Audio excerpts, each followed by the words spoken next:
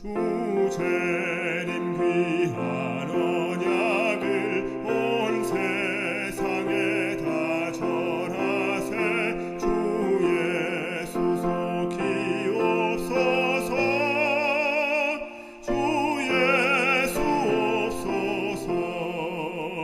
기쁜 날, 그 기쁜 날, 기쁜 날, 그 기쁜 날, 주 예수 속히 옵소서.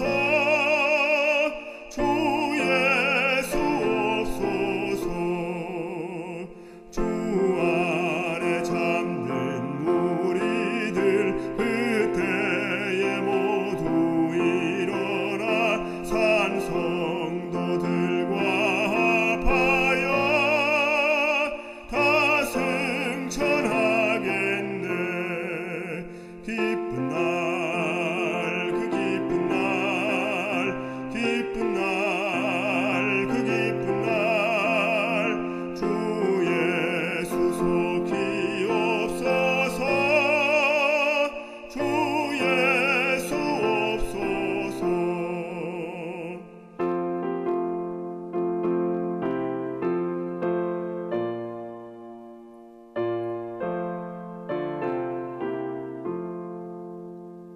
그 후에 있을 세상은 꽃처럼 아름답겠고 죄악과 사망 질병은 또다시 없겠네.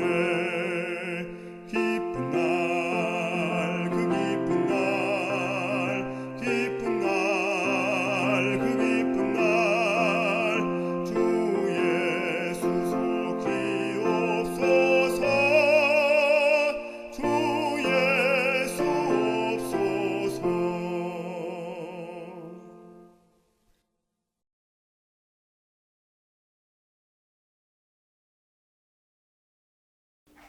기도 함께 하도록 하겠습니다.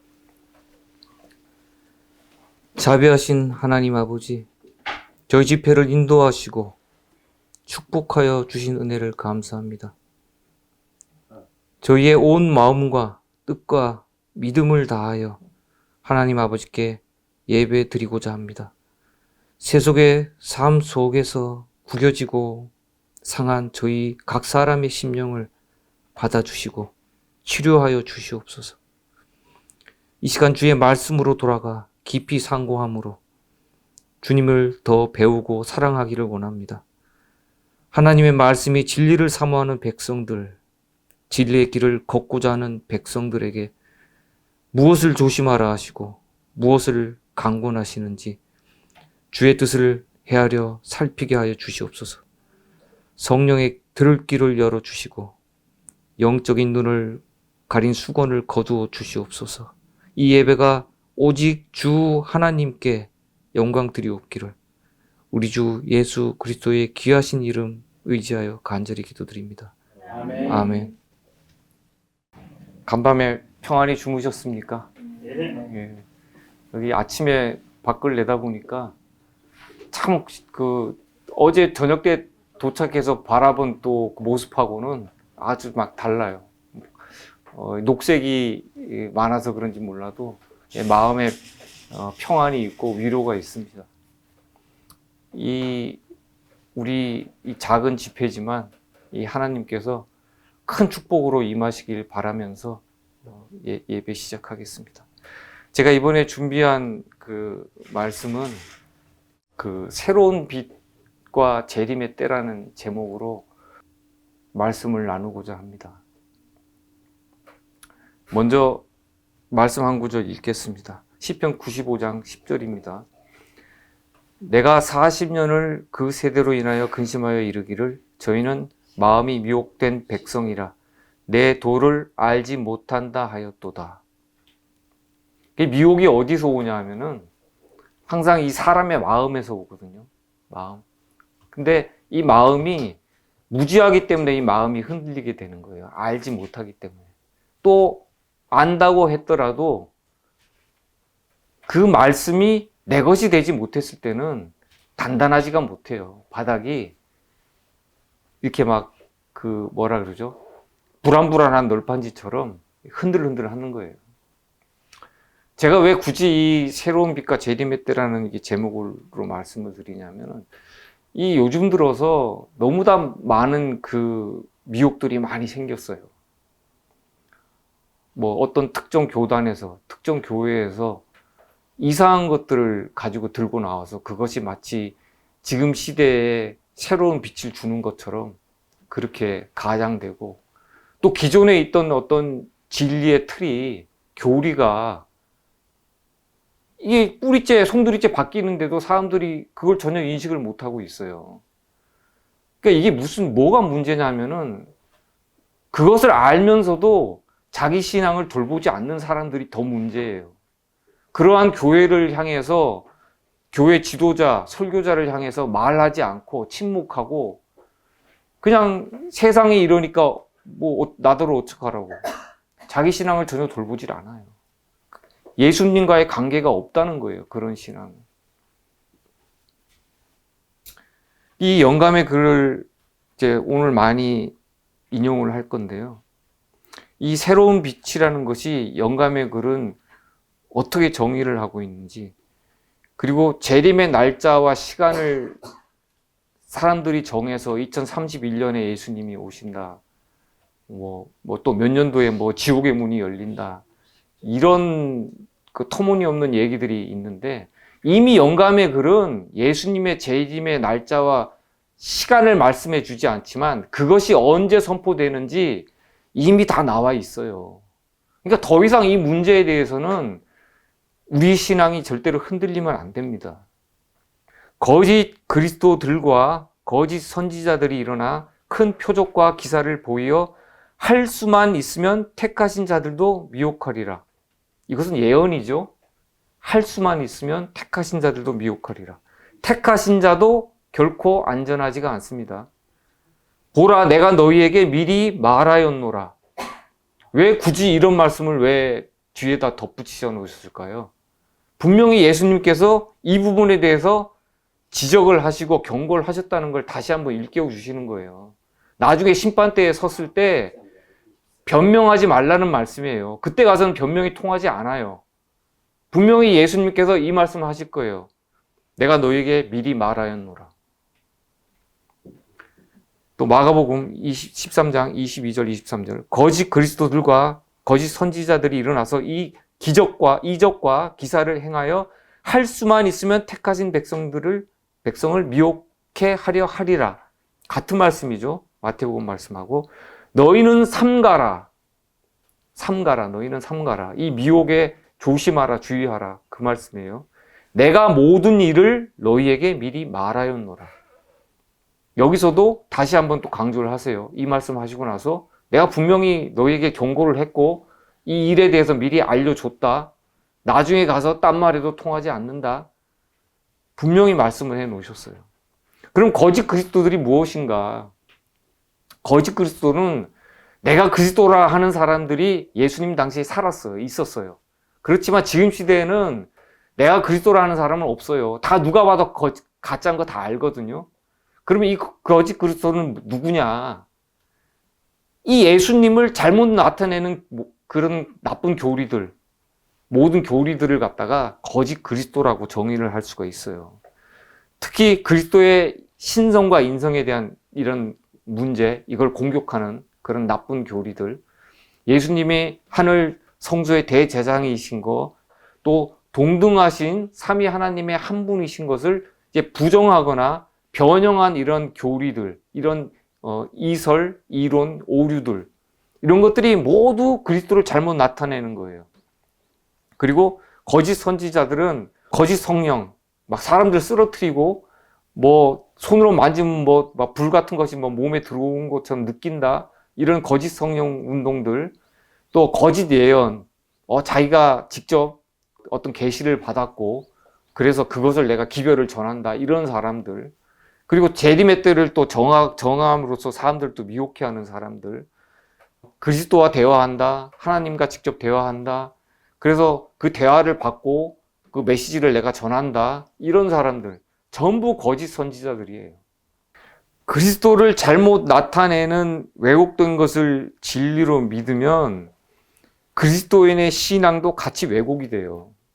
그리고 그 왜곡된 모습들이 그 사람의 말과 행동, 그리고 삶에서 다 드러나요.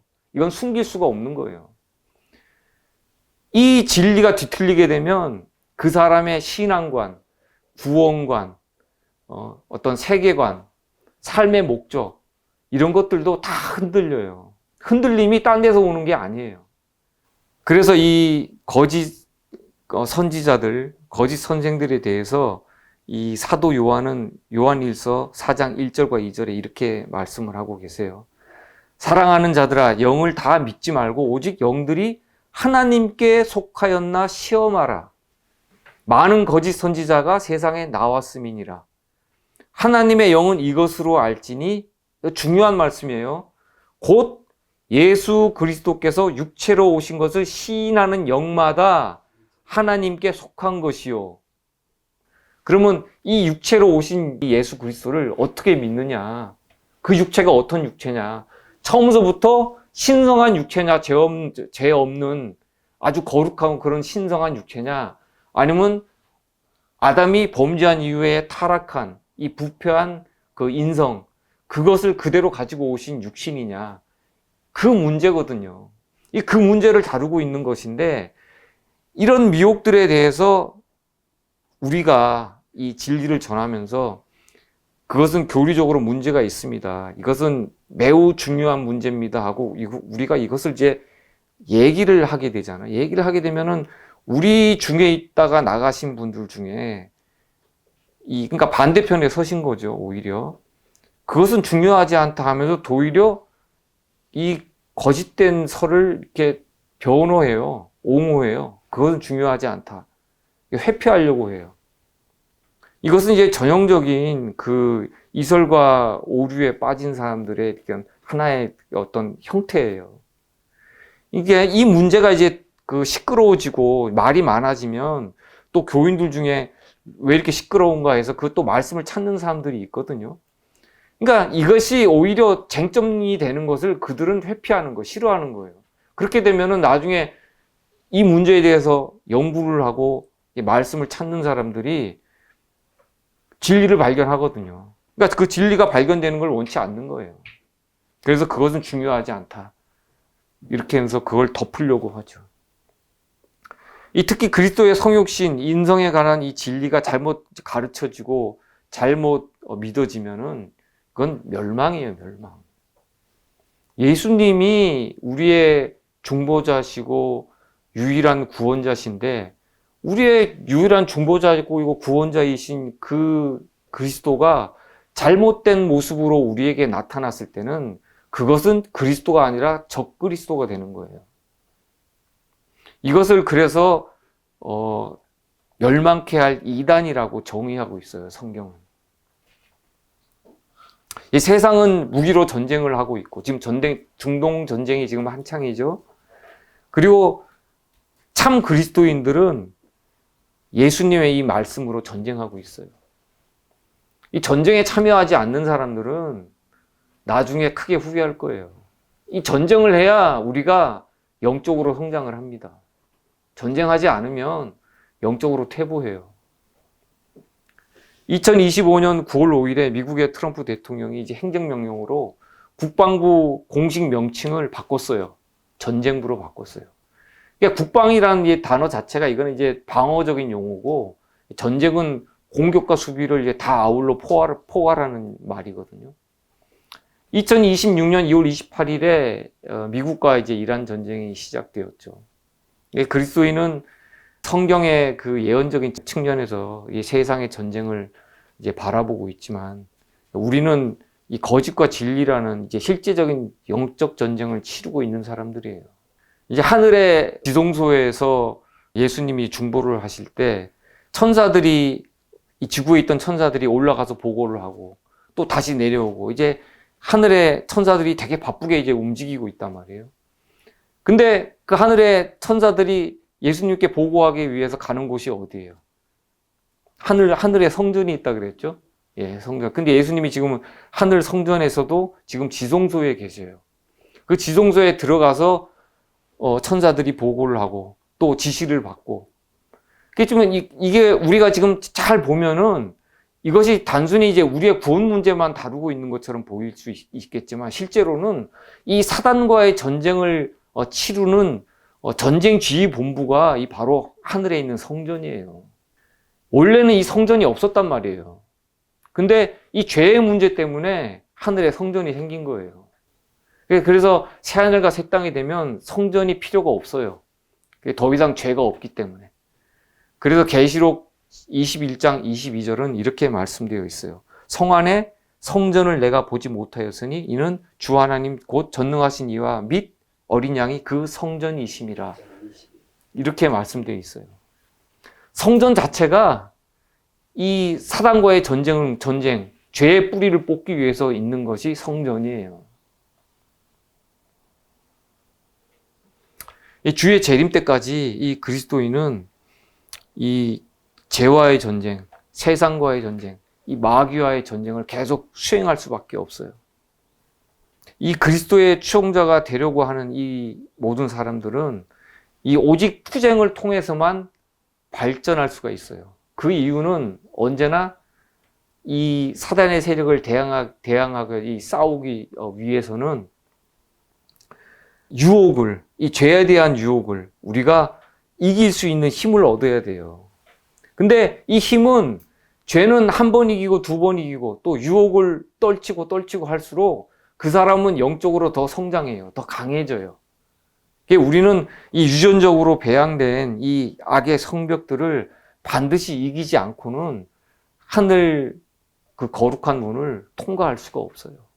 부모와 교사와 학생에게 보내는 이 권면 20페이지에 보면 이렇게 기록되어 있어요. 어떤 때는 그리스도에게 배우는 사람이 되기 위하여 평생토록 쌓은 훈련과 교육을 버려야만 한다. 버려야 한다가 아니라 버려야만 한다예요.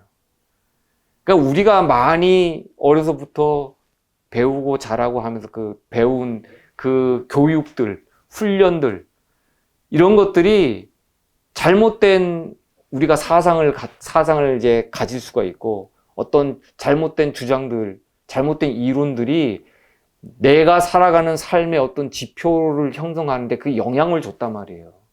근데 예수님께 가기 위해서는 우리가 전에 배웠던 거, 말씀과 배치되는 것들, 이런 것들이 버려지지 않으면은 예수님과 하나가 될 수가 없어요. 동행하기가 어려워져요. 그리고 말씀을 받아들일 때 자기가 기피하는 그런 말씀들이 생겨요. 그 말씀은 받기가 어려운 거예요. 아, 나 이 말씀 너무 어렵다, 힘들다. 그러니까 결국에는 말씀을 취사 선택하게 되죠. 편식하게 되죠. 이 사단이 자신의 목적을 성취하게 하기 위한 그 핵심적인 미혹이 있어요. 사도 요한이 이런 부분에 대해서 마지막 그 살아생전에 마지막 남은 사도로서 많은 말씀들을 남겼어요. 요한이서 1장 7절부터 9절까지입니다. 미혹하는 자가 많이 세상에 나왔나니 이는 예수 그리스도께서 육체로 임하심을 부인하는 자라. 이것이 미혹하는 자요 적 그리스도니. 너희는 너희를 삼가 우리의 일한 것을 잃지 말고 오직 온전한 상을 얻으라. 택하신 자도 미혹한다 그랬죠. 우리가 상을 다 얻은 것 같은데 그걸 잃을 수도 있다는 거예요. 안전한 사람은 없어요. 이 세상에 아무도. 9절입니다. 지내쳐 그리스도 교훈 안에 거하지 아니하는 자마다 하나님을 모시지 못하되 교훈 안에 거하는 이 사람이 아버지와 아들을 모시느니라. 이 사단의 대리자가 되어 일하는 이 미혹하는 자들이 이 그리스도의 성육신에 관한 이런 교리들을 많이 변개함으로써 이 올무와 함정들을 많이 놓아놨어요. 이 사도 요한이 생애 말년이 이때까지 한 1세기 후반인데 이때 이미 적그리스도 교리가 독버섯처럼 퍼지고 있었단 말이에요. 이게 이러한 것들이 어느 갑자기 생겨난 것이 아니에요. 이미 예수님이 진리를 선포하셨을 때 그때부터 예수님을 대적하는 자들이 나타난 것처럼 똑같아요. 사도들이 그 오순절 성령 받고 활동을 시작했을 때 또 이 적그리스도들이 또 행동으로 옮겼고, 재림 운동해서 그렇게 또 이제 큰 영적인 부흥이 또 일어났을 때도 또 마찬가지로 그 시기에도 이런 적그리스도들이 나타나가지고 이 진리를 갖다가 억압을 했단 말이에요. 지금 이제 7번째 교회인 라오디게아 교회 시대라고 지금 흔히들 말을 하죠. 근데 이 라오디게아 교회가 가장 위험한 교회인가? 첫 번째 교회부터 6번째 교회까지의 모든 그 모습들을 이 라오디게아 교회 7번째 교회는 다 가지고 있어요. 근데 그것이 좋은 것만 다 가지고 있으면 진짜 부자일 텐데 나쁜 것도 같이 갖고 있단 말이에요. 말씀을 읽겠습니다. 계시록 3장 17절. 내가 말하기를 나는 부자라 부유하여 부족한 것이 없다 하나 내 공고한 것과 가련한 것과 가난한 것과 눈먼 것과 벌거벗은 것을 알지 못하도다. 이 진리를 자랑하는 교회 안에 큰 문제가 생겼어요. 이 영적 교만은 이제 한번 들어오면 그 유대인들이 바리새인이나 제사장들처럼 말씀이 들어왔을 때 도무지 들으려 하지 않는 사람들이 생긴단 말이에요. 자꾸 자기네들이 이미 교단에서 정형화된 그런 가르침들, 이 틀에 의해서만 움직이려고 하지 전혀 말씀에 대해서 그 부분들이 깨지려고 하지 않는 그런 특성을 갖고 있어요. 그래서 이 라오디게아 교회는 오류에 빠져 있는 교회예요. 소경이 됐고 의의 옷이 벗겨졌고 또 선민의식으로 가득 차 있는 그런 교회예요. 1957년 개신교회의 대중적 복음이 가르친 그 아담의 범죄 전 흠없는 완전한 육신으로 오셨다는 이 예수를 이들이 받아들였어요. 이것을 교리화했어요. 타협했단 말이에요. 그리고 2026년 현재는 이것도 저것도 아니에요. 도대체 그럼 예수님은 뭐냐? 예수님은 완전 괴물로 만들어 놔버렸어요. 아예. 그 제3의 인성론이라는 것을 꺼내 들었거든요. 그리스도는 그 죄된 우리 인간과 똑같은 육신으로 오셨지만 어느 순간에 어느 시점에 그분은 신성한 빛이기 때문에 어둠이 존재할 수 없다 그 속에. 그래서 이 죄된 인성, 죄의 성향으로 기울어지는 이 인성을 가지고 오셨지만 어느 시점에 그분은 빛으로 인해서 그분의 신성으로 인해서 거룩하게 되셨다. 빛이 어둠을 몰아냈다. 이런 예수를 가르친단 말이에요. 이것이 제3의 인성론이에요. 근데 이것을 대놓고 이렇게 막 말하지를 않죠, 잘. 이미 이것을 신학자라든가 교회 지도자들 내부에서는 이것을 벌써 이미 공식화했어요. 공식화해놓고는 신자들한테는 얘기를 안 해줘. 하면은 이걸 또 왜 그러냐고 또 들고 일어나는 사람들이 있을 테니까. 뒤에서 자꾸 이런 나쁜 타협을 하고 나쁜 것을 만들고 하면서도 이들은 회개할 생각이 없어요. 이거는 버릴 생각이 없단 말이에요. 완전히 사단에게 잡혔어요. 이 지도자들이. 그러니까 오히려 이 알지 못하는 이런 순수한 신앙을 가진 신자들이 영적으로 잠을 자게 되는 거죠. 스스로 그리스도의 인성에 관한 이 중대한 교리를 몇 번씩 이렇게 뒤집고 바꾸고 스스로 모순에 빠져 있으면서도 그리스도 앞에서 회개할 줄을 모르는 이 교회가 라오디게아 교회예요. 영적으로 잠자고 있는 교회란 말이에요. 말로는 바벨론, 개신교회를 향해서 바벨론이라 얘기하고 천주교를 향해서 바벨론이라고 하지만 정작 본인도 그런 바벨론 교리가 들어와가지고 그 독소가 퍼지고 있는데도 사람들이 기만당하고 소경되고 귀머거리가 된 사람들이 있단 말이에요. 엘리야가 갈멜산에서 제단을 수보하고 하나님의 임재를 보여줬는데도 그때 그것을 지켜본 사람들도 뜨뜻미지근했어요. 그리고 동방박사가 예루살렘을 방문해서 메시아의 탄생을 알렸죠. 근데 이들이 그때 한 행동이 뭐예요? 그냥 소동이 일어났어요. 이게 뭔 일이냐. 이들이 얼마나 영적으로 잠을 자고 있었으면 그 말씀을 그렇게도 잘 안다는 사람들이 동방박사만도 못한 그런 영적인 잠을 자고 있었단 말이에요. 그리고 침례 요한이 요단강가에서 예수님을 가리켜서 얘기를 했죠. 보라, 세상 죄를 지고 가는 하나님의 어린 양이로다.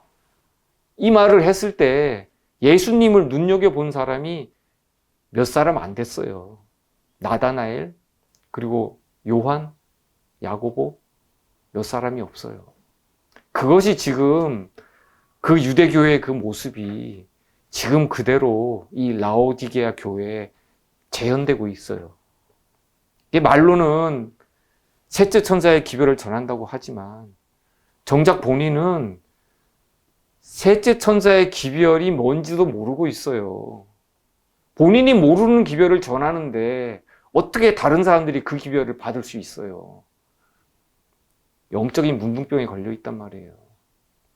그 믿음으로 말미암는 의가 예수님의 인성과 관련되어 있다는 걸, 죄를 승리하는 믿음이라는 거를, 그거를 몰라요. 모르고 평안하다, 안전하다. 제가 천주교에 있을 때 참 평안하고 안전했었어요. 겉으로 보기에는. 근데 마음속으로는 죄 때문에 그 괴로움이 엄청 컸죠. 그나마 그 양심을 하나님께서 계속 일깨워 주셨기 때문에 제가 진리를 찾을 수 있었죠. 자, 일기별 106페이지에 있는 말씀. 하나님의 아들이 거룩한 인성으로 많은 고난을 겪었음에도 불구하고 죄인에게 깊은 의미가 있는 중대한 진리들에 대하여 인간이 너무나 가볍게 여기고 냉담하게 대하며 저들이 계속해서 기꺼이 사단의 포로로 복종하기를 원하는 것을 볼 때 놀라움을 금치 못한다. 이 화입 부인의 이 글을 이해하지 못하는 사람들이 의외로 좀 많아요. 이 말씀이 뭘 말씀하시는 건지. 이 예수님의 인성을 말씀하시죠. 그죠? 인성을 말씀하시고, 그리고 죄인에게 깊은 의미가 있는 중대한 진리들. 예수님의 인성이 이 중대한 진리에 포함된단 말이에요. 왜? 죄를 승리하는 믿음이 어디서 나오냐? 예수님이 우리의 모본이시잖아요. 근데 모본을 쫓아가지 않으면 죄를 승리할 수 있는 믿음을 가질 수가 없어요.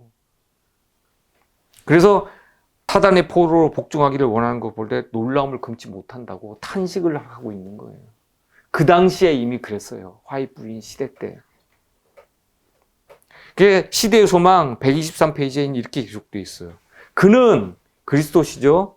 그리스도는 성령의 내재하심으로 투쟁할 태세가 갖추어져 있었다. 예수님도 안에 신성이 계셨지만 예수님의 신성으로 싸워 이기신 것이 아니라는 거예요. 예수님의 인성이 죄를 승리하셨고 그로 인해서 하나님의 신성이 영광을 받으셨어요. 예수님이 인성이 승리하셨단 말이에요.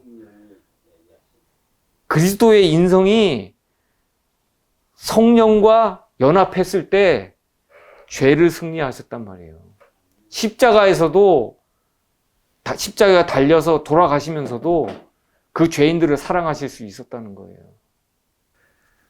자, 내가 예수를 믿음으로 죄에서 얻는 그 자유가 어떤 것인가? 다시 죄를 범치 않는 그 자유를 얻었나?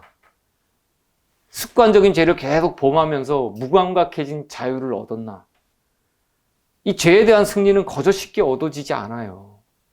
제가 천주교 40년 동안 다니면서도 얻지 못했던 것이고, 제가 여기 이 진리를 받고 나서도 얻지 못했던 거예요. 이 진리를 받았다 그래서 바로 얻어지는 그런 그 값싼 보혈의 능력이 아니에요. 예수님께서 자주 하신 말씀이 있죠. 병자를 일으키시면서 요동치는 물에 자기를 들여보내주는 사람이 없어서 자기는 이제 병 고침을 받지 못하고 있습니다 하는 이런 중환자가 있었는데, 이 중환자를 예수님께서 고치고 나서 하시는 말씀이 보라 내가 나았으니 더 심한 것이 생기지 않게 다시는 죄를 범치 말라. 이게 요한복음 5장 14절에 말씀하셨고 또 간음한 여인에게 또 말씀하시죠. 나도 너를 정죄하지 아니하노니 가서 다시는 죄를 범치 말라. 이렇게 요한복음 8장 11절에 말씀하셨어요. 이 죄를 끊는 것은 투쟁이에요. 투쟁을 해야 되는데 이 투쟁이 자기 혼자만의 투쟁으로 되는 것도 아니고 진리가 없는 투쟁으로 되는 것도 아니에요. 진리가 없어도 이 투쟁은 100% 집니다. 진리가 있어야 돼요. 그리고 또 진리만 있어도 안 돼요. 나의 결심도 있어야 되지만 신앙이 뒷받침돼야 돼요. 그리고 예수님한테 그 능력을 받아야 돼요. 성령께서만 이 죄를 승리하시는 능력을 주실 수가 있어요. 성령께서만. 그래서 우리는 성령을 간구해야 되는 이유가 거기에 있어요. 그렇지 않으면 그 사람은 절대로 안전할 수가 없어요. 예수님께서는 고유한 신성을 자신을 위해 사용하지 않으셨죠. 우리는 아예 신성 자체가 없잖아요. 우리는 그래서 그 하나님의 신성인 그 성령의 능력을 우리가 힘입어야 돼요. 성령과 연합해야 돼요. 그래야 우리가 죄를 승리할 수 있고 마귀를 승리할 수 있고 세상을 승리할 수가 있어요. 우리는 그리스도인이라고 말을 할 자격을 가지려면 예수님의 보혈을 결코 헛되게 하지 말아야 돼요. 예수님의 보혈을 갖다가 우리가 헛되게 하는 순간 우리는 예수님을 다시 십자가에 못 박는 것과 똑같은 거예요. 세상의 무엇과도 그 가치를 비교할 수 없는 이 예수님의 그 보혈의 능력, 이것은 우리에게 특별한 은혜고 선물이죠. 이것은 거저 주신다고 하는데 많은 사람들이 그 거저 주신다고 하는 그 예수님의 양의 문으로 들어가지 않고 그냥 울타리를 넘어서 자꾸 들어가려고 그래요. 쉽게 가려고 그래요. 뭐든지 쉽게 얻은 것은 쉽게 잃어버리죠. 그것처럼 이 예수님의 그 죄를 승리하시는 그 능력도 쉽게 얻어지는 게 아니에요. 거저 주시는 건 맞지만 우리가 어떻게 진리에 접근을 하고 예수님을 어떻게 배우고 예수님의 주신 그 진리대로 예수님의 그 믿음대로 우리가 어떻게 따라가냐에 따라서 이 예수님께서 주시는 그 능력이 나가는 거란 말이에요. 그 믿음이 주는 거예요. 그 믿음이. 데살로니가 후서 2장 13절에 이렇게 말씀하시죠. 하나님이 처음부터 너희를 택하사 성령의 거룩하게 하심과 진리를 믿음으로 구원을 얻게 하심이니. 그때 있어요. 진리를 믿음으로. 근데 진리 안에 오류가 섞이고 이설이 섞였을 경우에 그것은 진리를 믿는 게 아니에요. 단 0.0000001%가 들어갔어도 그것은 진리가 아니에요. 이미 독소가 들어있단 말이에요. 물론 많은 것을 안다 그래서 그 사람이 구원을 받는 것은 아니에요. 그러나 그만큼 진리를 많이 아는 사람들은 거기에 대한 책임도 따르지만 또 거기에 대한 하나님의 특권도 큰 거예요. 요한복음 17장 17절 저희를 진리로 거룩하게 하옵소서. 아버지의 말씀은 진리니이다. 저희를 거룩하게 하시는 것은 하나님의 말씀, 진리라고 말씀되어 있어요. 근데 그 순종조차도 내 의지로 되는 게 아니에요. 내가 결심한다고 되는 것도 아니에요. 그것도 진리를 믿고 따랐을 때 그 순종이 가능한 거지. 그렇지 않으면은 악령이 들어와요. 악령이 지배해요. 이게 경건의 모양만 있을 뿐이에요. 그렇게 되면. 이게 주님의 이 보혈의 능력은 죄를 승리케 하고 또 품성의 결함을 고치게 하고 거룩한 백성이 되게 하는 거예요. 우리가 말하는 새로운 빛이란 것은 전혀 엉뚱하고 생뚱맞은 그런 빛이 아니라 과거에 예수님이 전하셨던 이미 성경에 다 기록되어 있는 그런 말씀인데 우리가 등한시했거나 잊어버렸던 그런 진리가 새로운 빛이란 말이에요. 근데 그것을 모르고 사람들이 자꾸 미혹되는 경우가 많죠. 사람들이 그 유행이나 신상품 이런 거 되게 좋아해요. 그런 거 좋아하면서 또 따라다니는 사람은 계속 또 그렇게 따라다니더라고요. 자, 사도 베드로가 또 한 예언이 있어요. 베드로후서 2장 1절에 그러나 민간에 또한 거짓 선지자들이 일어났었나니 이와 같이 너희 중에도 거짓 선생들이 있으리라. 저희는 멸망케 할 이단을 가만히 끌어들여 자기들을 사신 주를 부인하고 임박한 멸망을 스스로 취하는 자들이라. 이 사이비는 믿지 않는 사람이나 다른 종교를 가진 사람이 봐도 그냥 사이비예요. 그거는 믿지 않는 일반인들이 봐도 사이비는 구별해요. 그런데 이단은 믿지 않는 사람이나 그 다른 종교를 가진 사람이 봤을 때는 교리적인 입장의 차이라고밖에 안 보여요. 진리를 모르니까 그렇게밖에 보일 수가 없죠. 사도 베드로의 예언은 이 거짓 선지자들, 거짓 선생들이 이 멸망케 할 이단을 가만히 끌어들여서 자기들을 사신 줄을 부인한다고 설명하고 있죠. 가만히 끌어들인다고 되어 있어요. 대부분 교회 지도자들, 설교자들, 이런 사람들이 어떻게 해요? 이런 신학자들이 가만히 끌어들이죠. 가만히. 공식적으로 신자들이 다 보는 앞에서 끌어들이지 않아요.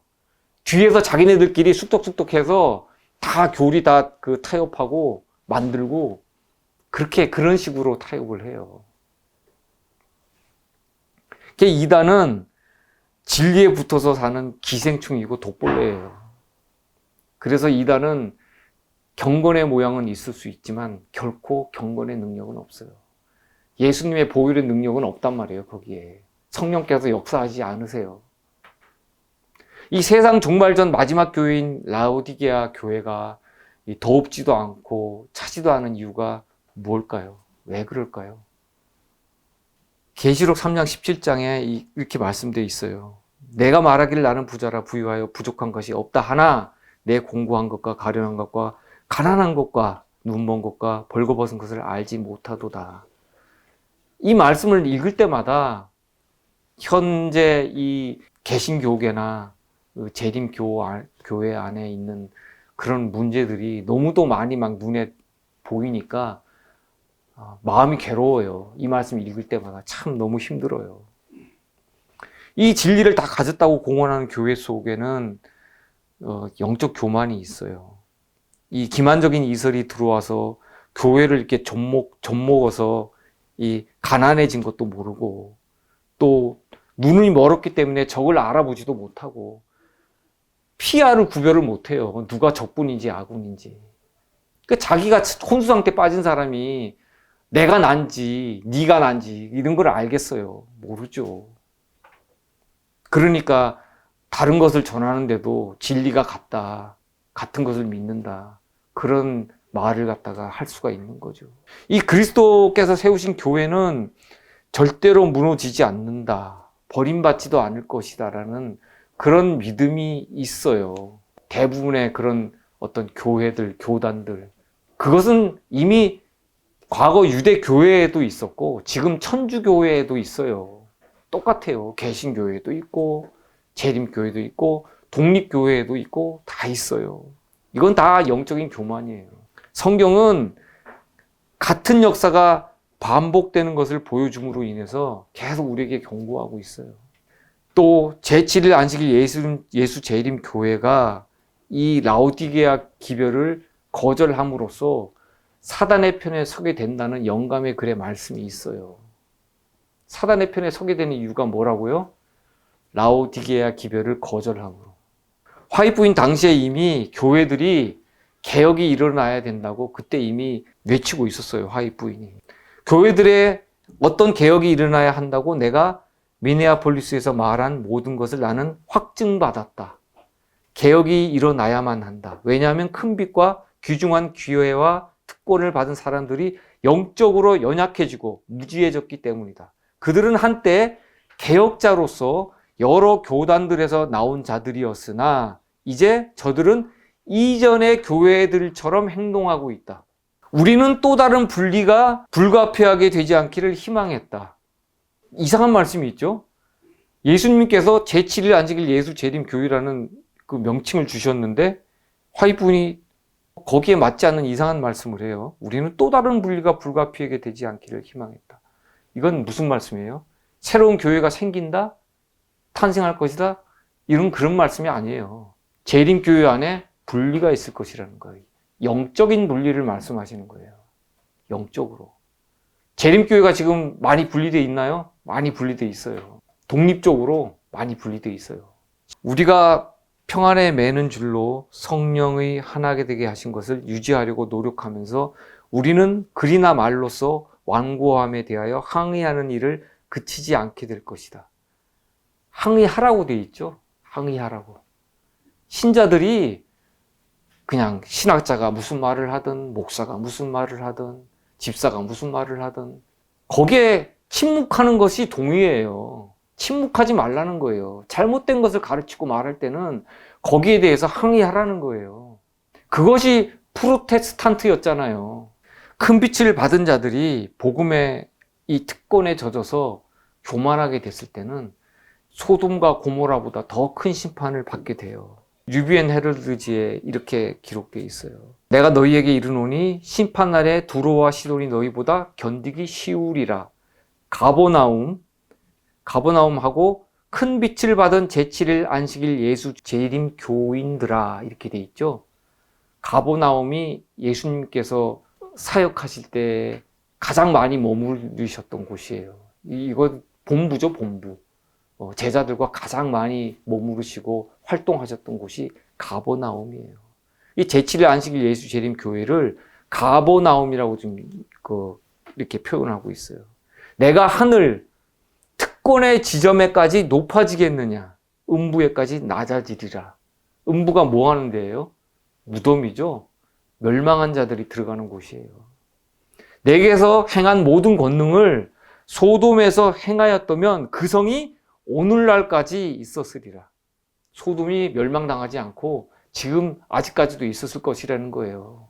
지금 제7일 안식일 예수 재림 교회에 전했던 이 진리 그대로 소돔에게 전해졌다면 소돔성이 멸망하지 않고 아직까지도 있었을 것이라는 거예요. 이거 엄청난 말씀이에요. 그러니까 엄청난 것을 지금 재림교회에 주셨는데 재림교회가 그 역할을 잘하고 있다 없다? 없다. 영적으로 교만하고 셋째 천사의 기별을 전한다고 하지만 능력이 없다. 왜? 믿음으로 말미암는 의를 신자들에게 올바로 가르쳐 주지 않는다. 예수님의 인성에 대해서 잘못 가르치고 있다. 자, 그리고 또 이런 증언의 말씀이 있어요. 교회는 라오디게아의 상태에 있다. 하나님께서는 그들 가운데 계시지 않는다. 이것은 이미 화입 부인께서 생존하셨을 때 벌써 이런 말씀을 남겼어요. 대총회가 잘못된 것으로 가고 있다는 것을 벌써 알고 계셨단 말이에요. 화입 부인은.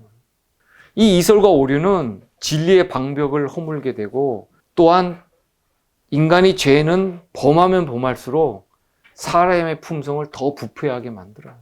그 죄를 많이 지은 사람이 더 많은 은혜가 필요한 이유가 그래서 그런 거예요. 죄를 많이, 특히 습관적인 죄, 쉽게 고쳐지지 않는 그런 병적인 죄들, 이런 것들이 고쳐지려면 그만큼 성령의 능력이 더 많이 부어줘야 돼요. 그래야 죄를 이길 수가 있어요. 그리스도를 따른다고 하는 사람들이 통탄할 만한 상태에 있기는 하지만 그러나 그들은 어리석은 처녀들처럼 완전히 절망적인 궁지에 처해 있는 것은 아니다. 참된 증인의 권면은 뜨뜻미지근한 자들을 전혀 희망이 없는 자라고 하지 않으신다. 아직도 그들의 상태를 고칠 기회가 있다. 아직도 교회에서 우리가 라오디게아에게 보낸 기별을 주의할 때 희망이 있다. 그러니까 우리는 지금 이 시간에도 우리의 품성의 옷을 깨끗하게 씻을 수 있고 어린 양의 피로 희게 할 수 있다는 거예요. 그 은혜의 시간이 그만큼 중요하다는 거예요. 지금 이 시간도 내일이 아니라. 이 라오디게아 교인들이 그리스도께 사야 되는 세 가지 물건이 있어요. 세 가지가 있는데 그 하나가 불로 연단한 금이죠. 예. 이 성경을 보면 이 정금은 정련된 순수한 금, 불순물이 하나도 없는 그런 금으로 표현되어 있고, 또 순결한 믿음. 또 마지막 시대에는 이 순결한 믿음이 뭐예요? 예수 믿음이에요. 이 세상에서 존재했던 사람 중에서 가장 순결한 믿음을 가졌던 사람이 누구예요? 예수님이에요. 그래서 우리가 예수 믿음 얘기하는 거예요. 그리고 두 번째가 흰 옷이죠. 흰 옷. 흰 옷이 이미 벗겨져서 벌거벗고 있는데도 그걸 모르는 사람들. 흰 옷에 흠과 점이 생겼는데도 그것을 모르고 있는 사람들이 있으면 안 된다는 거예요. 이것은 참된 회개를 통해서 다시 그리스도의 옷으로 갈아입으라는 거예요. 이기는 자는 이와 같이 흰 옷을 입을 것이요 하고 계시록 3장 5절은 말씀하고 계세요. 또 필요한 것이 뭐예요? 마지막 세 번째, 안약. 안약은 뭐예요? 우리 양심을 민감하게 하는 거예요. 민감하게. 양심을 민감하게 하면 이 죄, 마귀, 세상에 대해서 민감해지고, 또 진리 안에 알게 모르게 들어오려고 하는 이설과 오류에 대해서도 민감해지게 되는 거예요. 이 거짓 교리에 미혹되지 않는 이 성령의 분별력을 가져야 돼요. 이 스스로 부유하다고 자화자찬한 라우디게 교인들은 오로지 기도와 간구와 자아 굴복을 통해서만 이 예수님께서 주신다고 하는 이 세 가지 보물을 얻을 수가 있어요. 그렇지 않으면 이 보물은 주어지지 않아요. 이것이 우리의 경건을 회복해 하는 참된 하늘의 보물이에요. 그러나 이 기별을 받고 또 사는 사람들, 교인들을 방해하는 사람들이 있어요. 방해하는 사람들을 이것을 이제 어떻게 설명하고 있냐면 교회 증언 5권 477페이지에 사단이 교회를 상대로 준비한 가장 위험한 올무는 교인들을 통하여 온다는 것을 잊지 말라. 누구를 통해서 온다고요? 교인들, 우리의 형제 자매들. 전혀 다른 종교를 가진 사람, 내가 알지 못하는 사람들을 통해서 오는 것이 아니라 우리가 같이 예배를 했고 한 진리 안에 있었다고 했고 한 믿음 안에 있다고 있고 또 한 주님을 모신다고 했던 그 형제 자매가 울무가 돼서 찾아온다는 거예요. 그런데 이런 말씀을 우리가 간과하죠.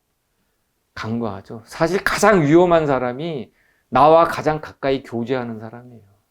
그 사람이 다른 이설과 오류가 들어갔을 때는 완전히 사단의 대리자가 돼가지고 활동을 한단 말이에요. 대쟁투 608페이지에 폭풍우가 다가올 때 셋째 천사의 기별을 믿노라가 공언해 오면서도 진리를 순종함으로 성화되지 못한 많은 부류의 사람들은 그들의 위치를 떠나 반대편의 대열에 가담할 것이다. 진리를 믿는다고 했지만 성화되지 못한 사람들. 성화되지 못한다는 건 뭐예요? 흠과 점이 있다는 거죠. 거룩하지 못하는 거예요. 경건하지 못하는 거예요. 한때 진리 안에서 기쁨을 누렸던 재능이 있고 말솜씨가 좋은 사람들은 그 능력을 사람들을 속이고 미혹하기 위하여 사용할 것이다. 하나님의 도구가 어떻게 돼요? 사단의 도구가 되는 거죠. 이거 참 두렵고 무서운 말씀이에요. 그들은 이전의 형제들에게 가장 큰 원수가 된다. 우리가 예전에 한 믿음 안에 있다가 이제 떠난 분들, 그런 분들하고 교제하지 말아야 돼요. 그분이 다시 믿음을 회복하겠다고 해서 찾아오시는 분이 아니면 그 교제 자체가 위험한 거예요. 매우 위험해요. 교제하지 마세요. 인간적인 정을 끊으세요. 그렇지 않으면 언젠간 자기도 모르게 슬금슬금 타협할 수 있어요. 내 생각이 바뀔 수 있어요. 내 판단이 바뀔 수가 있어요. 안전하지 않아요. 성경과 이 대언의 영감의 글은 장차 일어날 많은 미혹들을 우리에게 미리 알려주고 그리고 예언하고 경고하고 있어요. 우리의 유일한 안전책은 뭐예요? 스스로 성경을 연구하는 거예요. 스스로 스스로 성경을 연구하고 그 진리의 반석 위에 서지 못하는 사람은 이 대쟁투를 이겨낼 수 없어요. 늦은 비를 받을 수 없어요. 이기별 58페이지에 있는 말씀이에요. 거짓된 교리들은 많은 사람들의 신앙의 기초를 무너뜨릴 것인데 이는 저들이 진리와 오류를 식별하는 법을 배우지 못하였기 때문이다. 왜 이런 문제가 생겨요? 교회에 설교하는 사람들, 교리를 가르치는 사람들, 이런 사람들이 신앙의 기초를 다져주질 않았어요. 처음서부터 셋째 천사의 기별 얘기하면은 그 사람들이 그거를 뭔지 알고 수술 받아들이나요? 아니요. 몰라요. 믿음으로 말미암는 의의를 얘기하면은 그 사람들이 처음서부터 기초도 없는 사람들이 그거 수술 받아들여요? 못 받아들여요. 사단의 관계를 대항할 수 있는 우리들의 유일한 안전책은 성경을 열심히 연구하는 것이며 우리가 믿는 이유를 이지적으로 깨닫는 것과 알고 있는 모든 의무들을 충성되게 이행하는 것이다. 이것이 진리에 순종하는 거죠. 이것이 순종이죠. 이행하는 것이. 또 대쟁투 598페이지에 사람이 옳다고 생각하거나 목사가 그에게 옳다고 말해주는 것으로 넉넉지 못하다. 그의 영혼의 구원이 위기에 놓여 있으므로 그는 자기 스스로 성경을 연구해야 한다. 이렇게 돼 있어요.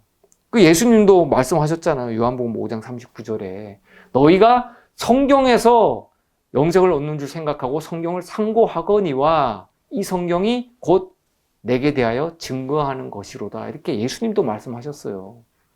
그러니까 성경을 연구하셔야죠, 당연히. 진리로 굳게 섰다고 하지만 멸망하는 두 가지 이유가 있어요. 교회 증언 540페이지에 굳게 서 있다고 생각하는 자들이 크게 넘어지는 일이 있게 될 것이다. 그들이 진리를 가지고 있지만 예수님 안에 있는 그대로의 진리를 가지고 있지 않기 때문이다. 뭘 갖고 있다고요? 예수님 안에 있는 진리를 그대로 가지고 있지 않기 때문에 쓰러진다. 실물교훈 408페이지, 411페이지에 있는 말씀이에요. 우리가 비록 성경의 말씀과 약속들에 정통하다 할지라도 하나님의 영이 진리를 깊이 깨닫게 하지 않을 것 같으면 우리의 품성은 변화되지 않을 것이다. 성령이 우리 마음을 밝혀주지 않을 것 같으면 사람들은 진리와 오류를 분간할 수 없게 될 것이며 저희는 사단의 교묘한 시험에 빠지게 될 것이다. 그러니까 두 가지죠. 멸망하는 이유 두 가지가 뭐예요? 예수님이 전하신 진리, 예수님 안에 있는 그대로의 진리를 가지고 있지 않기 때문에, 진리가 없기 때문에 멸망하고, 또 하나는 뭐예요? 성령이 없어요. 성령이 없어서 시험에 빠져서 멸망하는 거예요. 진리는 가졌는데 성령이 없기 때문에 시험에 빠져서 결국엔 이 사람이 무너지는 거예요.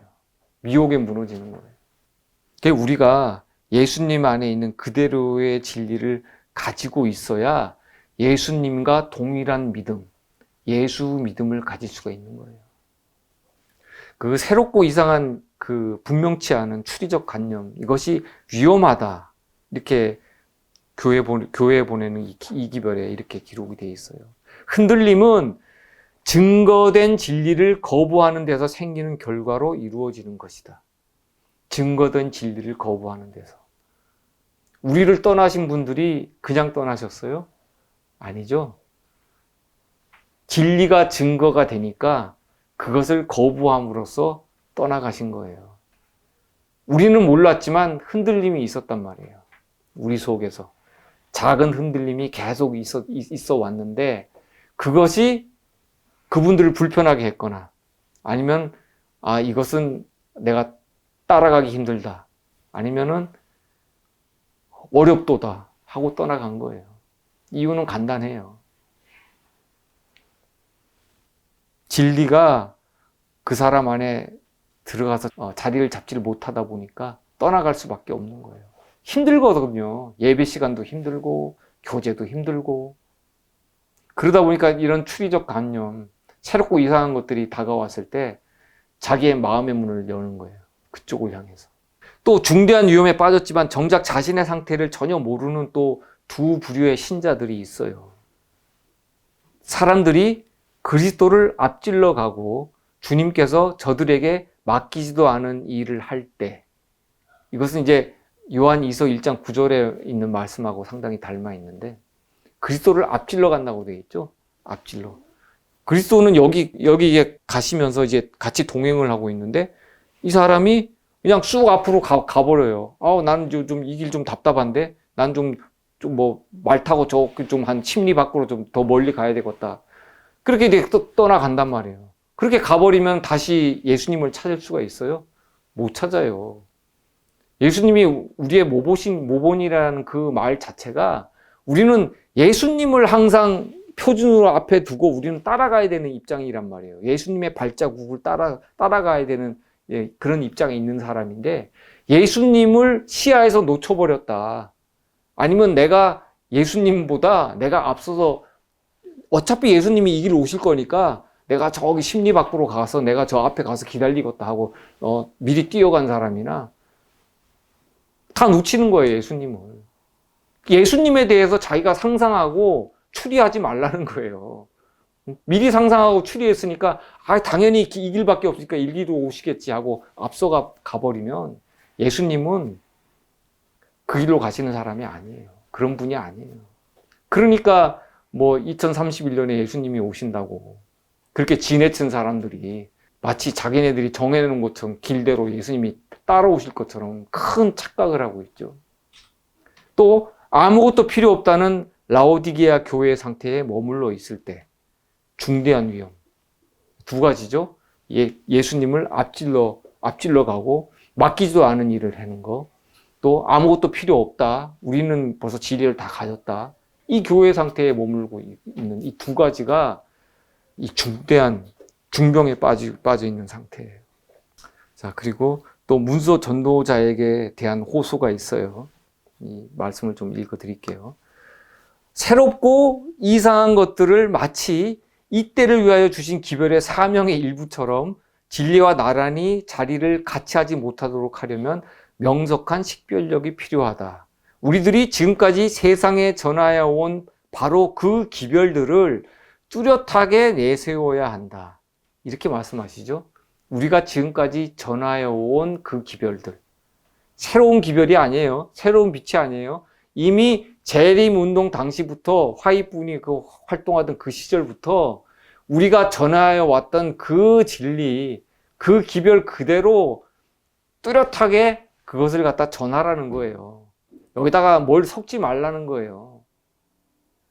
강신주의와 오류가 섞인 이론의 각종 양상을 진리라고 주장하면서 하나님의 남은 백성들 사이에 침투하게 될 것이다.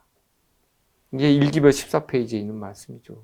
실제로 많이 들어왔어요. 이 광신주의 들어왔고 오류가 섞인 이런 이론들 많이 들어왔어요. 많이 들어왔는데 이것을 알고 이제 도망한 사람들도 있고 알면서도 마땅히 다닐 교회가 없어서 그냥 유야무야 하면서 그냥 다니시는 분들도 있고 각자의 신앙의 그런 자세들이 각자 달라요. 또 하나님의 가르침을 크게 오해한 또 두 부류의 사람들이 있어요. 한 계층의 사람들은 믿음으로 말미암는 칭의의 교리를 곡해하죠. 곡해하면서 어떻게 해요? 하나님의 계명을 지키지 않아요. 그러니까 칭의 받은 것만으로 나는 구원을 얻었다. 이렇게 주장하는 사람들이 있죠. 이거는 특히 이제 개신교회에 만연한 가르침이에요. 그 또 하나는 뭐예요? 이 귀중한 빛. 그러니까 재림교회가 받은 빛이죠. 귀중한 빛의 광선들과 반대되는 위치에 스스로를 두는 자들. 동일한 오류가 있다는 거예요. 먼저 부류의 사람은 하나님의 말씀을 순종하는 모순자들을 위한 놀라운 것들을 율법 안에서 보지 못해요. 율법. 그러니까 하나님의 계명을 경시한단 말이에요. 하나님의 계명을. 십자가에서 다 이루셨다. 그러니까 우리는 이제 하나님의 율법에서 우리는 다 벗어난 사람들이다. 우리가 이제 어떻게 살든지 우리는 자유를 얻었다. 이렇게 자유주의 신앙을 가지고 있는 개신교인들. 그리고 또 나중부류 사람들. 두 번째는 사소한 것에 집착하여 더 중요한 것, 곧 하나님의 자비와 사랑을 등한히 한다. 두 가지 다 큰 오류를 범하고 있다는 거예요. 이 두 번째 같은 경우에는 특히 어느 쪽에 주시는 말씀이에요? 첫 번째는 개신교계, 두 번째는 재림교회 주시는 말씀이에요. 사소한 것에 집착하죠, 많이. 어떤 사소한 것들이 많아요? 진리의 큰 교리의 기둥들을 보지 못하고 작은 것들을 봐요, 작은 것들을. 아, 이건 먹어도 되고 저건 먹으면 안 되고 이건 해도 되고 저건 해도 안 되고. 그러니까 자기도 모르게 율법주의자가 되는 거예요. 한쪽은 율법을 범하는 쪽, 율법을 처음부터 범하는 사람들이고 율법에서 해방됐다는 사람들. 또 한쪽은 철저하게 먹고 사는 것부터 잔잔한 것들까지 다 율법적으로 다 판단하고 생각하고 그것을 그 자를 자기한테만 되는 것이 아니고 남한테도 들이댐으로 인해서 가족들을 힘들게 하고 친구들을 힘들게 하고 주변 사람들을 다 힘들게 하고 그런 거 하지 말라는 거예요. 그러니까 무엇이 주가 되고 무엇이 부차적인 것인지 이런 것을 똑바로 알라는 거예요. 뭐가 중요하고 뭐가 중요하지 않은 건지 그것 먼저 알고 행하라는 거예요. 지금 우리 안에 그 새로운 이론, 새로운 빛이라고 해서 주변에 많이 이제 일어나고 있는데 거기에 대한 경계의 말씀을 또 하나 읽겠습니다. 이기별 14, 15페이지에 있는 말씀이에요. 광신주의와 오류가 섞인 이론의 각종 양상을 진리라고 주장하면서 하나님의 남은 백성들 사이에 침투하게 될 것이다. 이러한 것들은 사람들의 마음을 이 시대를 위한 진리와 아무 상관도 없는 그릇된 생각으로 가득 채울 것이다. 자기 스스로 구상한 결심의 힘과 과학의 가상적인 지식으로 결합된 지적 능력으로 세상을 정복할 수 있는 모든 사업을 시작할 수 있다고 상상하는 사람은 누구든지 자기 자신의 추리적 이론들의 폐허 속에 묻힌 자들 틈에 끼어 있게 될 것이며 자기 자신이 왜 그런 데 끼어 있는지 분명히 이해하게 될 것이다. 언제요? 둘째 부활 때. 천정기 이후에 둘째 부활 때 내가 왜 이 사람들 틈에 끼어 있지? 내가 왜 이들과 함께 부활을 해야 되는가? 그때 이해하게 될 것이라는 거예요. 그때는 늦죠? 늦어요. 그때는 이미 다 심판이 지나갔어요. 자, 사단은 이 새로운 빛이라는 것을 그리스도인들에게 주면서 어떻게 속이는가? 교회 증언 5권에 있는 말씀입니다. 사단은 세상에 다가오고 있는 전반적인 멸망에 하나님의 남은 백성들도 포함되기를 바란다. 그러니까 믿지 않는 자들, 우상 숭배자들 뿐만이 아니라 하나님의 남은 백성들도 전반적인 멸망에 같이 동참하기를 사단은 바란다는 거예요. 그래야 사단은 하나님 앞에 할 말이 생기거든요. 하나님 보십시오. 하나님 따른다는 백성들을 보십시오. 저를 따르고 있지 않습니까? 이렇게 얘기하려고 그러는 거예요. 자기가 이겼다고 주장하려고. 남녀들이 어떤 새로운 빛이나 어떤 새로운 계시를 받았노라고 공언하면서 일어날 것인데 그들의 경향은 옛 지표를 믿는 믿음을 흔드는 것이 될 것이다. 이 옛 지표의 믿음이 어떤 거예요? 맨 처음부터 우리가 전해왔던 순전한 복음, 침례 요한이 외쳤던 천국 복음, 예수님께서 말씀하셨던 그 천국 복음, 영원한 복음, 거짓 소문들이 유포될 것인데 어떤 사람들은 이 올무에 사로잡힐 것이다. 거짓 소문들이라고 표현되어 있어요. 이 새로운 빛을 거짓 소문이다. 사람들이 또 소문에는 민감하죠. 네? 소문에 또 민감해요. 잘 들어요. 또 그런 건 솔깃하고. 근데 기존에 듣던 거 반복해서 다시 강조하고 얘기하면은 지루해하죠. 그들은 이 소문들을 믿고 기회가 주어지면 그것들을 반복할 것이다. 그러니까 이 소위 새로운 빛이라는 이 거짓된 빛을 가지고 이들은 그것을 또 믿고 기회만 된다면 그것도 또 반복한다. 뭘 반복해요? 그걸 또 전한다는 거예요. 다른 사람한테. 다른 사람을 또 이설과 오류의 독소를 집어넣는다는 거예요. 다른 사람한테. 근데 이 특징이 뭐냐면 이 거짓의 유포자들이 처음에 그걸 어떤 사람한테 전해줬을 때 뜨뜻미지근했던 사람들이 전에 없던 열성을 그렇게 또 내요. 참 희한한 일이죠. 참 희한한 일이에요. 그런 열성이 어디서 나올까? 그리고 또 이 새로운 빛은 과거에 또 했던 그런 행태와 다른 게 무엇냐면 이 기존에 하나님께서 보내신 기별 이런 것들을 공공연하게 이렇게 반대하지 않아요. 복음을 반대하지 않아요. 그리고 기별을 반대하지 않아요. 그러니까 사람들이 구별을 잘 못하죠. 반대하는 게 없으니까 진리가 같다 그러고 반대를 안 하니까 같은 믿음이다 생각을 할 수 있는 그 위험성이 더 큰 거예요. 이 새로운 빛이라는 것이.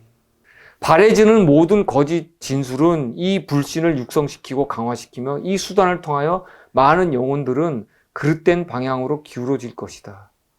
우리는 각종 형태의 오류에 대하여 아무리 경성해도 지나치지 않다. 아무리 경성해도. 이게 경성이라는 게 단어가 이제 경계하고 각성한다는 거거든요. 경계하고 이 각성하고 살피는 거에 지나치지 않다. 이렇게 말씀되어 있어요. 이미 충분한 말씀과 여러 증언들이 이제 우리들을 통해서 이렇게 검증되었음에도 이 속임을 당한 교인들이 남기는 말이 있어요. 나도 그 정도는 분별할 수 있다. 거기도 가보니까 여기와 진리가 같더라. 더 밝은 빛이다. 거기 가봤더니만 그 밝은 빛이 있었다. 우리가 거기에 대한 항변하는 어떤 말을 하면 다른 깊은 뜻이 있을 것이다. 그러니까 이런 말을 들었을 때는 참 마음이 아파요. 잠깐 또 이제 사대교회에 대해서 말씀을 좀 드릴게요. 이 사대교회의 특징이 지금 이 라오디게아 교회에 특히 이제 강하게 남아있거든요. 계시록 3장 1절 2절입니다. 사대교회 사자에게 편지하기를 하나님의 7 영과 7 뼈를 가진 이가 가라사대 내가 내 행위를 아노니 내가 살았다 하는 이름은 가졌으나 죽은 자로다. 너는 일깨워 그 남은 바 죽게 된 것을 굳게 하라. 내 하나님 앞에 내 행위에 온전한 것을 찾지 못하였노니. 이렇게 말씀되어 있어요. 근데 이 말씀을 보면 이 기별 중에 두 부류의 사람이 나타나요. 한 부류는 살았다 하는 이름을 가졌으나 죽은 자들이고, 한 부류는 이기는 자가 되기 위해서 노력하고 있는 사람들이 또 있어요. 이 두 무리가 있어요. 그러니까 이것은 이제 이 계시록 3장을 이제 같이 이제 연구를 잘 해보시면 알아볼 수가 있을 거예요.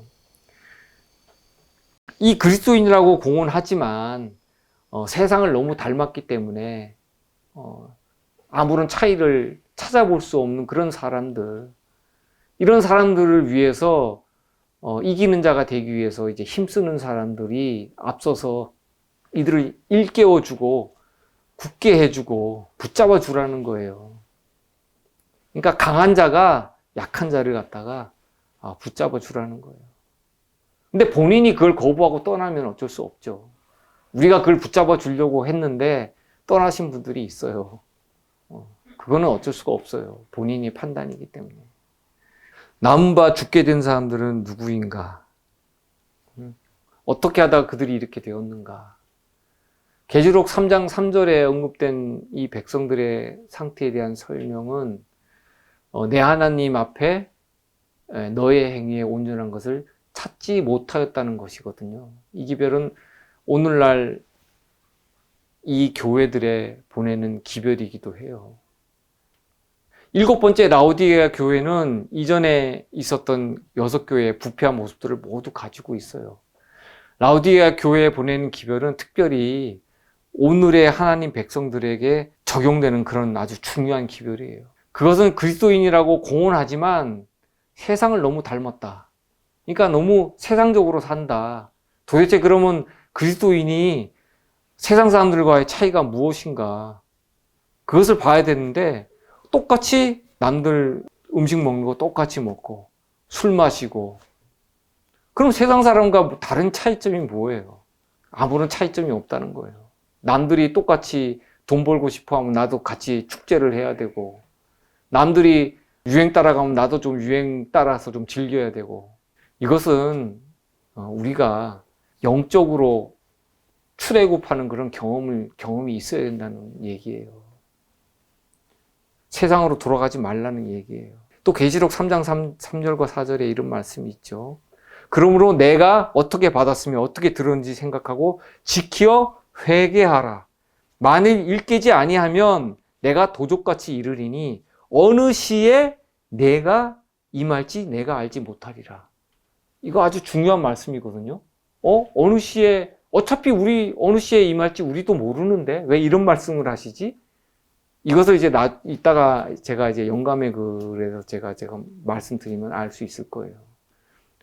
그러니까 남은 자들, 예수님이 재림하실 때 그 마지막 남은 자들은 예수님이 어느 시에 내게 임할지 알게 된다는 말씀이에요. 그 말씀이 이 말씀 속에 숨겨져 있는 거예요.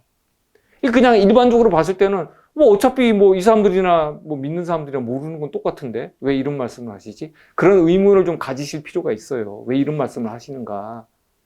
그러면 맨 나중에 최종적으로 늦은 비 성령을 받은 그 마지막 백성 14만 4천은 예수님께서 어느 시에 임하는지 알게 된다는 거예요. 그 말씀이 여기 숨겨져 있어요. 자, 하나님이 나타날 그 하나님의 왕국이 도래할 그런 시기, 예수님이 재림하는 그 시기에 대해서는 분명히 말씀되어 있어요. 사도행전 1장 7절 가라사대 때와 기한은 아버지께서 자기의 고난에 두셨으니 너희의 알 바 아니요. 예수님께서 감람산에서 승천하시기 전에 이스라엘 나라가 언제 임하십니까? 하고 물었을 때 예수님을 붙들고 물어본 거예요. 제자들이. 이때까지도 이 제자들은 이 하나님의 나라에 대해서 육신에 갇혀서 아직도 이것을 이해하지 못하고 있었단 말이에요. 언제 우리가 이 로마의 속박에서 벗어납니까? 자, 일기별 188페이지입니다. 우리들 역시 오늘날 하나님께서 우리에게 위탁하신 진리의 위대성과 아름다움을 식별하는 일에 실패하였다. 이 실패한 사람들이 결국엔 어떻게 돼요? 그 잘못된 예수님의 재림의 날짜, 이런 시간을 쫓아서 거기에 미혹돼서 쫓아가게 되는 거예요. 하나님의 고난에 속한 때와 시기는 성경을 탐구해도 소용이 없어요. 이것도 영감의 글에 이미 나와 있는 거예요.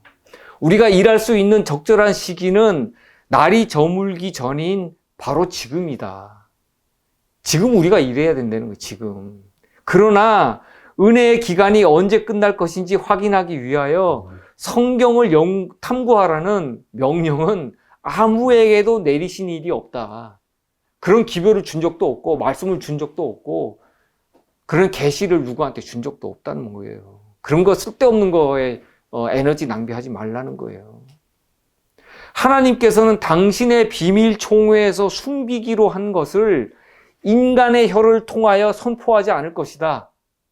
그러니까 언제 성령께서 강림하시고 언제 예수님께서 재림하신다는 그런 것을 인간의 입으로 말할 수 있게끔 그걸 허락하신 적이 없다는 거예요. 아예 예언의 신을 버리고 아예 모르든지 버리든지 그렇지 않으면은 재림의 날짜 함부로 정하고 말하지 마세요. 영감의 글을 도대체 어디를 보고 영감의 글을 아예 그러면 인용도 하지 말고 아무것도 하지 말고 다 버리고 날짜를 정하든지 같이 영감의 글을 보면서 왜 쓸데없는 일을 하는지 이해할 수 없어요. 제발 그런 이중적인 그 행태를 갖지 않기를 바랍니다. 나는 성령의 부어주심이 언제 있을 것인지 또는 언제 큰 권세를 가진 천사가 하늘에서 내려와 이 세상을 위한 사업을 완성하기 위하여 셋째 천사와 합세할 것인지 특정한 시기에 관하여 받은 증언이 없다. 화입 부인도 받지 못한 그런 증언과 기별을 받았다 그러면 그분은 그 엘리야급인데요, 거의 엘리야급인데. 근데 그분들이 그렇게 주장하고 그래도 그분들이 전한다고 하는 진리를 보면 진리가 아니에요. 진리라 그러면은 진짜 얼핏 진짜 오실 수도 있겠다, 믿을 수도 있겠는데 진리를 전하는 사람들이 아니면서 날짜까지 정해놓으니까 아예 들을 가치가 없더라고요. 자, 그리고 재림의 날짜와 시간이 선포될 때 환난 전에 거두셨던 성령을 이제 다시 부어주시는 일이 있거든요. 은혜 시기가 끝날 때 성령이 거둬지시잖아요. 성령이 이제 지상에서 완전히 걷어지고 그 신자들은 그동안에 자기가 자기의 의로 서야 돼요. 그때는. 그 순전한 그 신앙과 그 진리대로 살아온 그 모습 그대로 그들이 성령의 도우심 없이 홀로 서는 시기가 있단 말이에요. 곧 우리는 많은 물소리와 같은 하나님의 음성을 들었는데 그 음성은 예수께서 오시는 날과 시간을 우리에게 알려주셨다. 누가 알려주셔요? 예수님께서 직접 알려주시는 거예요. 그러니까 더 이상 영감의 글에 이렇게 다 기록되어 있으니까 예수님께서 오시는 날짜와 시간을 우리의 입으로 말하지 마세요. 그거는 하나님의 고난을 범하는 거예요. 참람된 거예요. 신성모독이에요. 하지 마세요. 날짜와 시간은 분명히 하나님께서 14만 4천을 통해서 직접 말씀하신다고 그렇게 돼 있어요. 그리고 이것을 들었을 때 다른 사람들은 천둥우레로 들리지만 이 14만 4천이는 이 예수님의 목소리를, 이 음성을 또렷하게 듣는다고요. 또렷하게. 그러고 나서 이들이 어떻게 돼요? 모세가 시내산에서 내려왔을 때 그 얼굴이 하나님의 영광으로 빛난 것처럼 이 14만 4천인도 그 하나님의 영광의 빛으로 빛날 거란 말이에요. 이렇게 하고 나서부터는 이들을 죽이려고 하는 자들이 이 14만 4천인들한테 해코지를 못해요. 더 이상 이들에게 잡아 가두니 죽이느니 접근하지 못해요. 이들을 보질 못해요. 눈이 부시기 때문에. 이 빛이 피해서 이들이 오히려 다 숨어버린단 말이에요. 우리가 주의 이름을 망령되이 일컫지 말라고 돼 있죠. 너는 너의 하나님 여호와의 이름을 망령되이 일컫지 말라. 내 여호와의 이름을 망령되이 일컫는 자를 죄 없다 하지 아니하리라. 이렇게 출애굽기 20장 7절에 말씀되어 있는데 이 말씀의 참뜻을 모르고 이 주의 이름을 부르는 자는이나 이 노래를 부르게 되면 이것은 맹신이고 광신이에요. 그냥 주문 외우는 거라고요. 주여 주여 하면은 그냥 구원받는 것처럼. 이 진리를 노래하는 찬송은 자기 신앙의 참된 경험이 되어야 되거든요. 하나님의 성호를 도깨비 방망이나 알라딘 램프처럼 이렇게 우리의 필요와 충족을 채우기 위한 도구로 써서는 안 된다는 거예요. 그러면 이 주의 이름을 부른 자는 구원을 얻으리로다. 그러면 이 말씀이 어디에 있냐? 이 로마서 10장 13절에 있어요. 누군지 주의 이름을 부른 자는 구원을 얻으리라. 사도 바울께서 이것을 말씀하셨고 또 사도행전에 2장 20절 주의 크고 영화로운 날이 이르기 전에 해가 변하여 어두워지고 달이 변하여 피가 되리라. 이건 이제 심판의 날이거든요. 주의 재림의 날이에요. 그러면 이 주의 이름을 왜 불러요, 이 사람들이? 주의 재림의 날이 가까우니까 이 성도들이 어떻게 돼요? 핍박을 받고 죽임을 당하죠. 그리고 산골로 도망을 가죠. 그리고 실제로 잡혀서 죽는 사람들도 있죠. 이들이 주의 이름을 부른단 말이에요. 우리의 구원이 언제 있습니까? 주님 속히 오시옵소서 하고 이들이 탄원을 하는 일이 있단 말이에요. 그러니까 주의 이름을 부른다는 게 우리가 늘상 기도하면서 하는 그런 주여 주여 하는 그런 주여가 아니에요. 이거는 이 심각한 이 칠재앙과 환난 속에서 이들이 하나님을 향해 예수님을 향해서 탄원하는 목소리란 말이에요. 이것이 이미 요엘서 2장 31절 32절에 이 내용이 이미 다 있는 내용인데 이것을 사도 베드로가 이 말씀을 인용한 거예요. 오순절 성령 받고 이 말씀을 인용을 한 거라고요. 여기 보면 요엘서에 2장 32절 누구든지 여호와의 이름을 부르는 자는 구원을 얻으리니 이는 나 여호와의 말대로 시온산과 예루살렘에서 피할 자가 있을 것이미요 남은 자 중에 나 여호와의 부름을 받을 자가 있을 것임이니라. 이렇게 돼 있죠. 두 부류의 사람이 있어요. 여호와의 이름을 부르는 자가 구원을 받는데 두 부류의 사람, 하나는 시온산과 예루살렘에서 피할 자죠. 그러면 이 시온산과 예루살렘에서 피할 자는 누구예요? 짐승의 표를 받지 않는 사람들이에요. 기존에 내가 믿었던 그 교회들, 내가 속했던 그런 그 무리들 속에서 거기가 하나님의 진리가 있는 시온산이고 예루살렘이라고 믿었었는데 거기가 짐승의 표를 받으니까 이건 아닌데 이들이 거기서 이제 피해서 나온단 말이에요. 그래서 시온산과 예루살렘에서 피한다는 표현이 돼 있는 거예요. 시온산과 예루살렘은 하나님의 도성인데 거기서 왜 피해요? 피할 일이 없죠. 거기가 바벨론이 되고 거기가 심판의 장소가 되기 때문에 이들이 거기서 도망하는 거예요. 피하는 거예요. 그리고 또 남은 자 중에 나 여호와의 부름을 받을 자가 있을 것임이라 했죠. 이들은 늦은 비 성령을 받는 사람들이에요. 특별한 부름을 받는 사람들, 늦은 비 성령을 받고 이들이 하나님의 영광으로 빛난단 말이에요. 그리고 이들이 야곱의 환란을 통과하고 이들이 14만 4천인이 되는 거예요.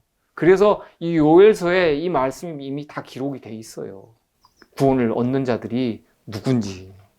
신약만 가지고 자꾸 이런 말씀을 갖다가 설명을 하려고 그러니까 끊기잖아요. 말씀의 깊이가 없잖아요. 구약의 말씀을 보면 이러한 의문들이 다 풀려요. 자, 그리고 초기 문집에 있는 말씀이에요. 하나님께서 예수님의 오시는 날짜와 시간을 말씀하시고 그의 백성들에게 영원한 언약을 선포하실 때 그 말씀이 온 땅에 울려 퍼지도록 또렷하게 말씀하셨다. 하나님의 백성들인 이스라엘의 머리를 들고 여호와의 입에서 나오는 말씀을 듣고 있었는데 그 말씀은 마치 천둥이 울부짖는 것 같이 온 땅에 메아리 쳐 나갔다. 무섭도록 엄숙한 순간이었다. 모세가 시내산에서 내려올 때 그의 얼굴에 빛이 있었던 것처럼 그들의 얼굴은 영광으로 빛났다. 악인들은 영광 때문에 그들을 바라볼 수 없었다. 안식일을 거룩하게 지켜 하나님께 영광을 돌린 자들에게 영원한 축복이 선언되었고 짐승과 그의 우상을 이긴 자들의 승리의 함성이 우렁차게 울려 퍼졌다. 이렇게 증언되어 있어요. 자, 그리고 한 가지 초기 문집에 순전한 이 재림신앙을 지키고 있는 그리스도인들에게 주시는 아주 귀중한 그런 기록의 말씀이 있어요. 잘 보세요. 재림신도라고 공언하는 여러 다른 종파들이 각각 부분적인 진리를 가지고 있긴 하지만 전체적인 진리는 하나님께서는 당신의 나를 위하여 준비하고 있는 그의 자녀들에게 주셨다. 재림신도들 여러 종파들에게 각각 부분적인 진리를 갖다 다 주셨다는 거예요. 그렇지만 하나님의 전체적인 이 진리는 하나님께서 당신의 날, 주님께서 재림하시는 날을 위하여 준비하는 그 백성들, 주님의 그 자녀들에게만 이 전체적인 진리를 주셨다. 이렇게 돼 있단 말이에요. 이 말씀에는. 그는 또 다른 종파들이 알지도 못하고 이해하지도 못할 진리를 그들에게 주셨다. 똑같은 재림 신도인데도 어때요? 이해하지도 못할 진리를 어느 한쪽은 받고 어느 한쪽은 받지 못했다는 거예요. 이거는 우리 신앙이 바른 그 진리대로 따라가고 있는가, 따라가지 못하는가, 그것을 재는 척도가 될 수가 있어요. 이건 중요한 문제예요. 만약에 우리가 진리를, 주님의 날을 갖다가 우리가 준비하고 있는 자녀로서 다른 사람들이 이해하지 못하는, 다른 종파, 다른 재림신앙하는 사람들이 이해하지 못하는 그런 진리를 우리가 가졌는가, 가지지 못했는가. 우리가 가졌다면 우리는 틀림없는 하나님의 자녀예요. 만일 하나님께서 전해줄 새로운 빛을 가지고 계신다면 그분은 그것을 그의 택하고 사랑하시는 자들이 이해할 수 있도록 해주실 것이다. 우리가 조바심 낼 게 없어요. 때가 되면 우리의 가려졌던 이런 눈들이 이렇게 걷어지면서 우리가 미처 이해하지 못하거나 깊이 알지 못했던 그런 말씀들이 우리가 깨달을 수 있게끔 하나님께서 해주신다는 거예요. 그들이 깨우침을 받기 위하여 어둠과 오류에 빠져 있는 자들에게 가서 듣도록 하지 않을 것이다. 우리가 딴 데 가서, 다른 셈에 가서 주의 말씀을 이렇게 구하고 하는 것들, 이런 것들 구하는 건 좋아요. 근데 그 셈의 그 물이 정말 예수님의 생명수에서 나오는 그 물인가, 그거를 분별을 해야죠. 그거 분별하지 못하고 가서 거기 샘물을 먹으면 멸망이에요. 자, 하나님의 그 키질과 체질이 있어요. 키질은 이렇게 아래 위로 이렇게 하죠. 아래 위로 기질. 체질은 좌우로 해요. 그러니까 아래 위로 좌우로 기질과 체질이 오면은 그냥 다 떨려 나가는 거예요. 거기 뭐 가라지 쭉정이는 다 떨려 나가는 거예요. 다 바람에 날려버리는 거예요. 이 큰 흔들림이 이미 시작되었고 또 앞으로도 계속될 것이다. 초기 문집에 이렇게 기록되어 있죠. 진리를 위하여 담대하고 확고부동하게 서기를 꺼리고 하나님과 그분의 사업을 위하여 즐겨 희생하지 않는 모든 자들은 흔들림을 당하게 되고 떨어져 나갈 것이다. 어떻게 돼 있어요? 진리에 확고부동하게 서기를 꺼리고 또 하나님의 사업을 위하여 희생하지 않는 모든 사람들은 흔들림을 당해서 떨어져 나간다는 거예요.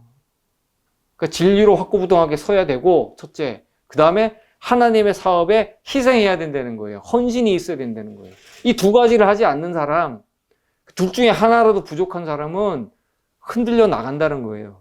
그리고 교회 증언 1권 251페이지에 조직에서 이탈하고자 하는 모든 자들은 그런 기회를 갖게 될 것이다. 그런 기회가 뭐예요? 흔들림에 떨어져 나가는 기회를 갖게 된다는 거예요.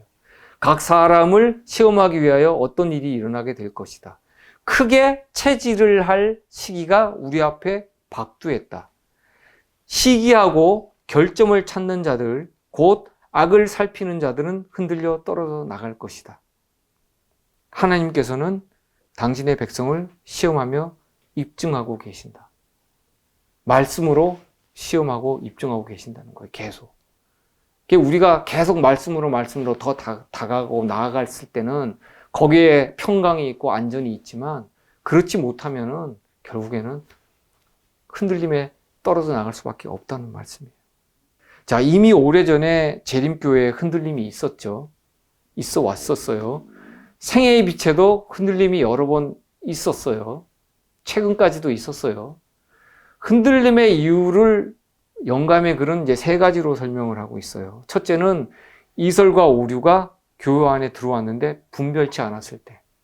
이거는 현재 진행형이죠. 지금도 계속 반복돼서 일어나고 있어요. 또 두 번째는 교회가 곧바른 증언을 거부했을 때.